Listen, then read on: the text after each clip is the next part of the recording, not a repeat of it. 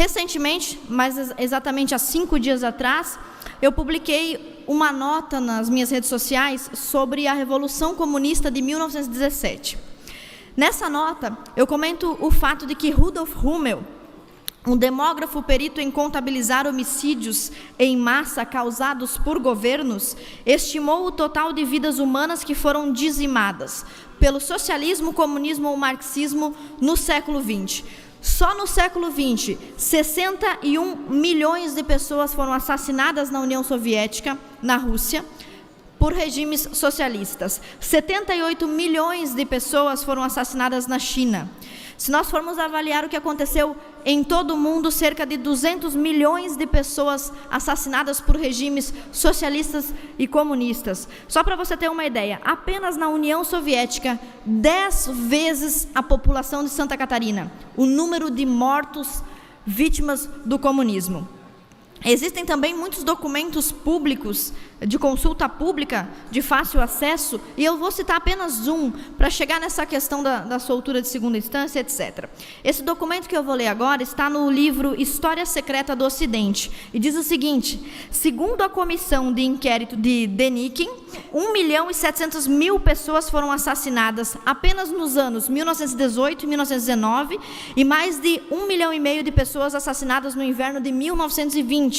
Uma lista de mortos publicada em 1923 inclui mais de 500 mil membros de profissões liberais e intelectuais assassinados por regimes comunistas. Durante essas execuções, quando a munição ficava escassa, quando acabava a munição, os prisioneiros eram levados em fila para os ancoradouros da Crimeia, amarrados em pedaços de ferro e afogados no mar, porque acabava a munição necessária para os comunistas dizimar pessoas. Em 1929, Nikolai Bukharin, companheiro de Trotsky, revolucionário comunista, em Nova York, escreveu em uma carta: não há na Rússia inteira uma única casa em que nós, comunistas, não tenhamos matado alguém. Isso é um pequeno depoimento público do que foi a chacina promovida por movimentos comunistas. Ainda no mesmo documento, os condenados foram soltos para praticar o assassinato de povoados inteiros. Eu vou repetir. Uma das estratégias dos comunistas em regimes totalitários. Os condenados foram soltos para praticar o assassinato de povoados inteiros, não sem que antes os homens tivessem que testemunhar suas mulheres sendo estupradas. Fecha aspas. Esses 3 parágrafos são documentos oficiais do comportamento de regimes socialistas e comunistas. Por qual motivo eu cito tudo isso? Porque no dia 7 de novembro, simbolicamente no mesmo dia da sangrenta Revolução, os togados do STF retribuíram um favor àqueles que os nomearam e derrubaram a prisão em segunda instância no nosso país. O Lula foi apenas um dos criminosos, bandidos, salafrários, corruptos, tudo que vocês possam imaginar, que foi solto. Mesmo que nós tenhamos 3.000 evidências dos crimes do Lula, 3.000 evidências dos crimes dele, 13 casos, 13 processos, 80 milhões de reais de propina, de você que está nos assistindo, dos deputados que estão aqui também pagam imposto, então nosso dinheiro. Apesar de tudo isso, Lula foi solto e junto com ele, outros também foram soltos. Eu vou ler uma pequena citação do Flávio Morgenstern, um influenciador brasileiro. Ele disse o seguinte: o cara que estuprou uma menina bêbada numa festa de faculdade foi solto junto com o Lula. Um marido ciumento que quebrou o braço da ex-consorte foi solto com o Lula. Um pedófilo que filmou jatos de esperma no rosto de uma criança de 4 anos, solto com o Lula. Neonazista que espancou até a morte um negro gay na Praça da República, solto com o Lula. E o Flávio Morgenstern diz ainda mais: todas essas coisas que estão acontecendo, que envolvem também a soltura do Lula, já estavam premeditadas e profetizadas pelos pesquisadores, pelos teóricos de esquerda. Por exemplo, quem já falou sobre isso? Foucault, Gramsci, os pesquisadores teóricos da Escola de Frankfurt, Leonel Brizola, Mike Davis, Sakamoto, Juarez Cirino dos Santos, Laclau, o filósofo Zizek ou até mesmo o Fernando Haddad. Pessoas de todo mundo têm falado sobre esse fenômeno. O que é este fenômeno? É utilizar a criminalidade no Brasil ou em qualquer outro país, mas especificamente no Brasil, como um fio condutor. A criminalidade é o fio... Eu já falei sobre isso aqui na tribuna, antes mesmo desse caso, que é exemplar. A criminalidade é o fio condutor da Revolução Comunista no Brasil. Já que não se pode mais usar um operário, o cidadão comum, que não está nem aí para a Revolução Comunista, usa-se os criminosos. E para eu demonstrar para vocês, não vou ficar nas minhas palavras, porque às vezes o pessoal diz que os ideólogos são extremistas, estão querendo criar divisão, etc. Eu vou colocar um vídeo onde quem falam são os próprios esquerdistas, para vocês entenderem do que se trata essa criminalidade. Por favor. Companheiro da direção do Fórum de São Paulo, debitar parte da chegada da esquerda ao poder na América Latina pela existência dessa cosita chamada Fórum de São Paulo. Todos de esquerda na América do Sul. Você podia prever que isso ia acontecer?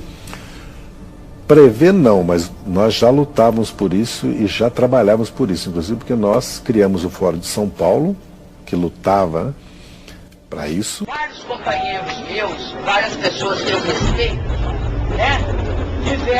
praticaram uma série de atividades, incluindo atividades armadas. Eu, especificamente, tive uma participação armada. El éxito de un país como Brasil es éxito también para América Latina, que pienso que estamos llamados a integrar.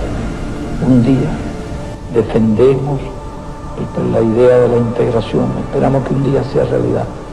Entre otras cosas, cuando tenemos otra alternativa histórica y cuando hablamos de una América Latina unida y integrada, pensamos en Brasil. No concebimos el éxito de América Latina sin el éxito de Brasil y no concebimos la integración de América Latina sin la integración de Brasil dentro de América Latina. Me han honrado con sentarse esta noche a oír estas ideas de un soldado, de un latinoamericano entregado de lleno y para siempre a la causa de la revolución de esta América nuestra. Un inmenso abrazo bolivariano para todos ustedes. Deixa eu tirar uma outra dúvida que toda hora aparece, especialmente no noticiário internacional. Fala-se de uma aliança, de um eixo Chaves, Fidel e Lula. Ô Boris, você sabe que isso é no mínimo uma piada de mau gosto, claro. E eu te aconselho até não repetir isso. Foi aqui.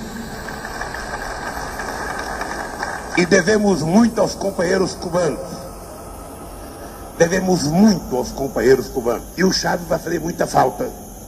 E eu espero que o Maduro cumpra exatamente o papel que o Chaves vinha fazendo para a integração da nossa querida América do Sul. Hoje eu estou de alma lavada, porque parecia impossível, há 4 anos atrás, nós três estávamos sentados numa mesma mesa, comunicando, finalmente, demos um passo importante em benefício dessa grande nação sul-americana. La historia de Brasil ha logrado la consolidación para la nueva etapa del avance de las transformaciones y los cambios de América Latina. Es un paso gigantesco del gigante Brasil que viene a reforzar toda nuestra fuerza revolucionaria en el continente.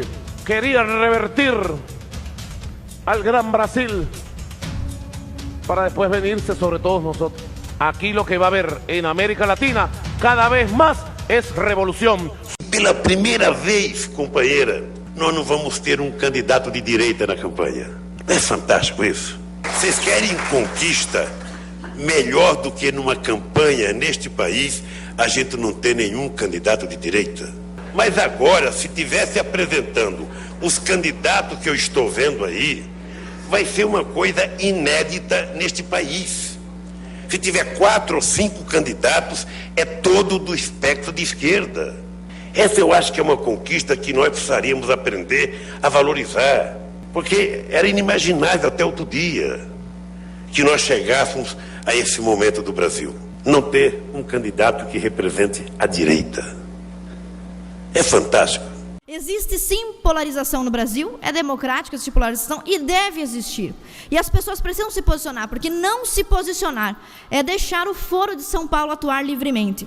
Aqueles que estão estão em cima do muro, ou que dizem que estão defendendo ideias mais equilibradas e que não existe direita e esquerda, que esses conceitos foram superados, ignoram 30 anos de história desse país. E a esquerda está assanhada dessa maneira. Isso que vocês estão vendo aí, ó, um professor de uma universidade federal fluminense dizendo que os companheiros comunistas têm que matar os evangélicos. Isso aqui foi ontem, esses dias.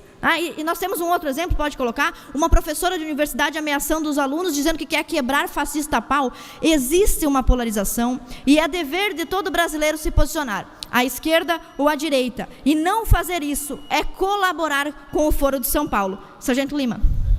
Deputada Ana, meu falecido pai, um croata que veio fugido da Iugoslávia, fugindo do comunismo, e ele me ensinou uma coisa dentro de casa e foi o seguinte: ninguém conhece o terror se ele não conhece o comunismo, ninguém conhece a miséria se ele não conhece o comunismo.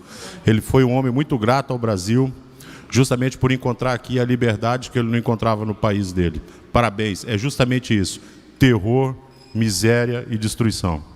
Obrigada, Sargento Lima, obrigada pelo seu apoio de sempre. Então, deixo um convite aos catarinenses, os que votaram em mim, os que não votaram, os que estavam em dúvida, que se posicionem a partir de agora, visitem as atas do Foro de São Paulo para compreender de que forma a soltura do presidente Lula e de outros milhares de criminosos tem a ver com esse projeto para o Brasil todo.